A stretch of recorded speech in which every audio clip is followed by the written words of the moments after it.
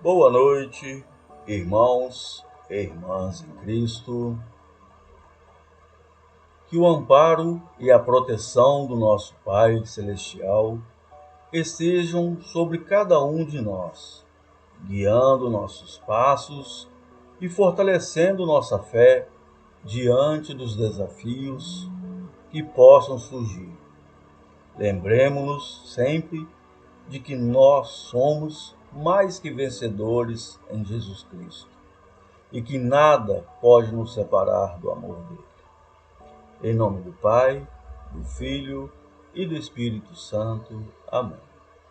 Continuando a nossa reflexão, hoje vamos falar sobre a história de José, o governador do Egito. A história de José do Egito, como assim ficou conhecido, o filho de Jacó, com certeza é uma das mais notáveis dentre as histórias da Bíblia. Um dos personagens mais marcantes.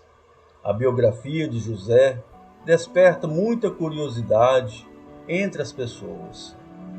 Nesta reflexão, nós conheceremos o que realmente a Bíblia fala sobre quem foi José. Quem foi José do Egito? José foi o 11º filho de Jacó, ao qual nós já falamos em um vídeo anterior. E o primeiro com sua esposa que mais amava, Raquel. O capítulo 30 do livro de Gênesis descreve toda a disputa entre Raquel e Lia, as duas esposas de Jacó. Raquel era estéril e sofria por não ter dado filhos ao seu esposo Jacó. Porém, o texto bíblico diz que Deus lembrou-se de Raquel e a tornou fértil. Então, ela deu à luz a José e depois a Benjamim. Gênesis, capítulo 30, versículos de 22 a 23. O nome José vem do hebraico Yosef, que significa que ele, Deus, acrescente filhos, ou possa ele acrescentar. Tal significado fica esclarecido em Gênesis capítulo 30, versículo 24. Popularmente, José, filho de Jacó, ficou conhecido como José do Egito. É claro que essa designação se dá por conta do modo com que Deus o exaltou entre os egípcios. José nasceu em Padã Arã, 6 anos antes de Jacó retornar a Canaã. Nessa época, o patriarca tinha cerca de 90 anos de idade. O período histórico mais provável em que José viveu talvez seja a era dos faraós Icos, entre 1720 a 1570 a.C. A história de José, o filho predileto. José era o filho preferido de Jacó, pois além de ser seu filho da velhice, também era o filho de Raquel. José ganhou uma túnica especial de Jacó, em Gênesis 37, versículo 3, o que demonstrava sua predileção. Outro fato que explica essa condição de filho preferido é o episódio do reencontro entre Jacó e Esaú. Naquela ocasião, José e Raquel foram colocados no lugar mais seguro da comitiva. Alguns argumentam que a túnica que Jacó lhe deu de presente talvez fosse um sinal de que o pai pretendia fazer de José seu principal herdeiro. Porém, não há base realmente sólida para considerar essa hipótese como certa. Os primeiros sonhos de José. Os irmãos de José, nitidamente, tinham certa inveja e descontentamento em relação a ele. Gênesis 37, versículo 4. Mas foi depois dos sonhos que José teve que a situação ficou ainda mais complicada. Nesses dois sonhos, a família de José se curvava diante dele. Gênesis 37, versículos 6 e 9. Esses sonhos se cumpriram quando seus irmãos foram até o Egito para poder comprar trigo, devido à fome que assolava a região. Na ocasião, José já era governador do Egito. José foi vendido pelos seus irmãos. Certo dia, José foi enviado por seu pai para encontrar seus irmãos e verificar como estava o rebanho. Porém, motivados pelo ciúme, os irmãos de José pretendiam matá-lo, mas foram impedidos pelo irmão mais velho, Rúben. Gênesis 37, versículo 22.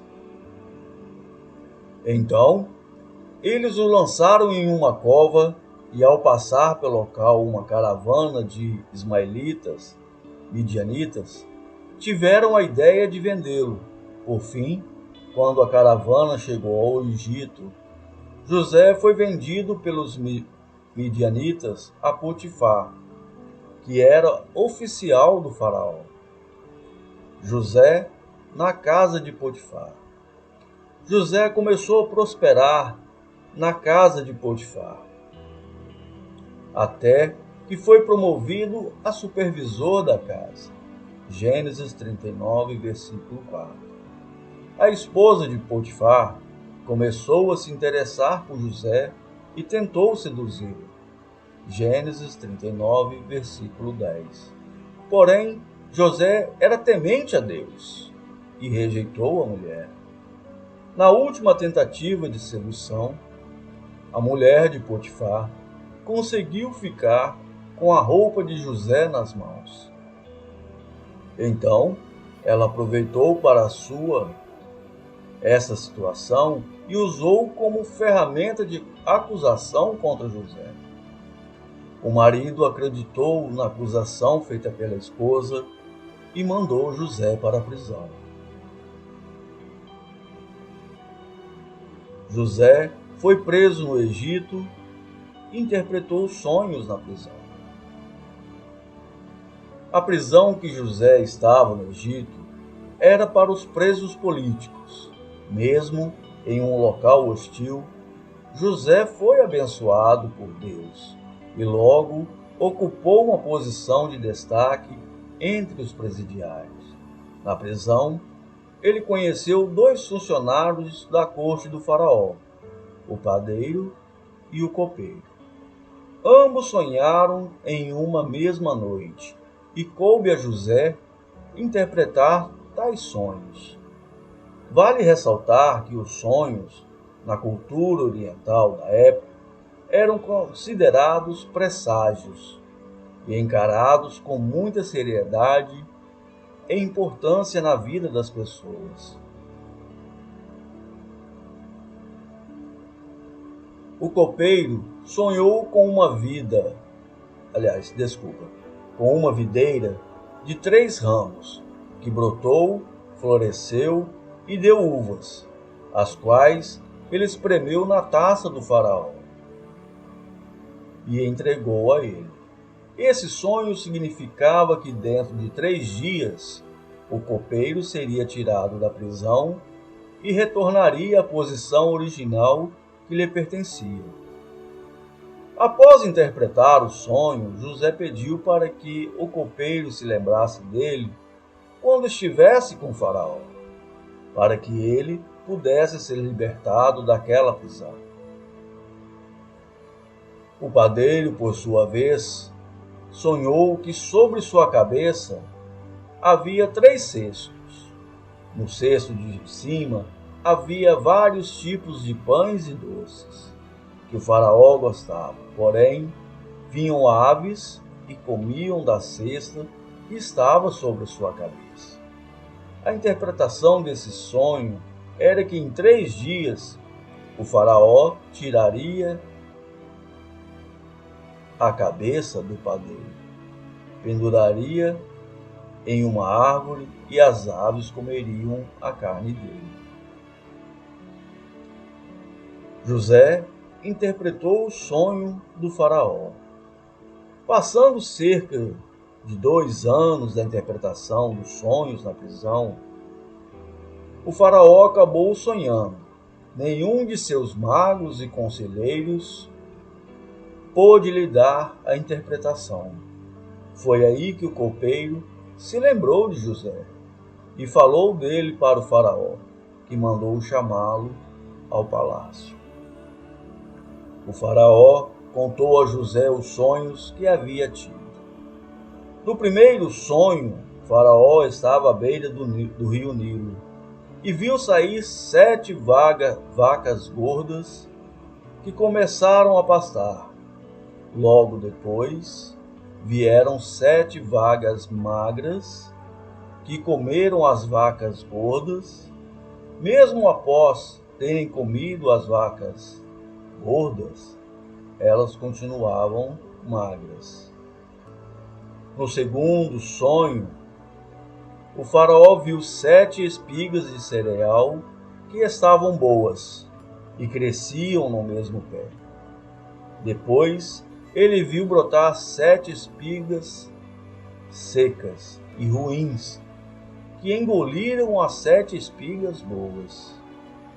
José então disse ao faraó que ambos os sonhos, na verdade, eram apenas um. Esse sonho correspondia ao que Deus iria fazer. Haveria sobre a terra do Egito 7 anos de muita fartura, mas depois haveria 7 anos de fome, tão severa que fariam com que se esquecessem dos tempos de fartura. José, o governador do Egito. Além de dar a José a interpretação do sonho, Deus também lhe concedeu sabedoria para que ele apresentasse um plano para o faraó, a fim de que o Egito conseguisse superar os 7 anos de crise. O faraó, então, colocou José como segundo homem do Egito, apenas abaixo dele. Gênesis 41, versículo 41. A função ocupada por José era chamada no Oriente Antigo de vizir. Tratava-se do principal cargo administrativo que envolvia diversas funções, como, por exemplo, ser encarregado do tesouro, da justiça e da execução, supervisão dos decretos reais. Após ser colocado no cargo de governador do Egito, José recebeu o nome egípcio de Zafenate-Paneia, Gênesis 41, versículo 45, e se casou com Azenate, filha de um sacerdote de On. José e Azenate tiveram 2 filhos, Manassés e Efraim. Mais tarde, os 2 filhos de José representariam o pai entre os filhos de Jacó, na distribuição das tribos de Israel. José do Egito reencontra seus irmãos e seu pai. Com a fome que assolava a terra, crescia a fama de que o Egito tinha mantimento.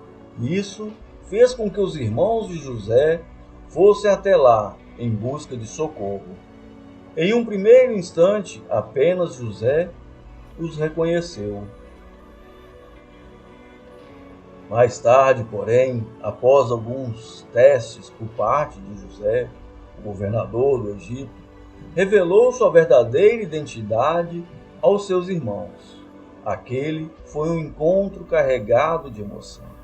Gênesis 45. Após a revelação de sua identidade, José tratou de trazer seu pai e toda a sua família para o Egito. O faraó também apoiou a sua decisão. Mais tarde, quando seu pai morreu, José cuidou dos preparativos para o sepultamento. Ele mandou que Jacó fosse embalsamado, segundo o costume egípcio, e o sepultou em Canaã, conforme era o seu desejo. Irmãos e irmãs em Cristo, chegamos ao final da nossa reflexão. Agradeço a todos por me acompanharem até aqui. Que esta noite seja repleta de paz, alegria e gratidão, sabendo que temos um Deus que nos ama infinitamente e que está sempre ao nosso lado. Avancemos juntos como uma família em Cristo, compartilhando o amor e a esperança que recebemos. Irmãos e irmãs, até o próximo vídeo. Amém.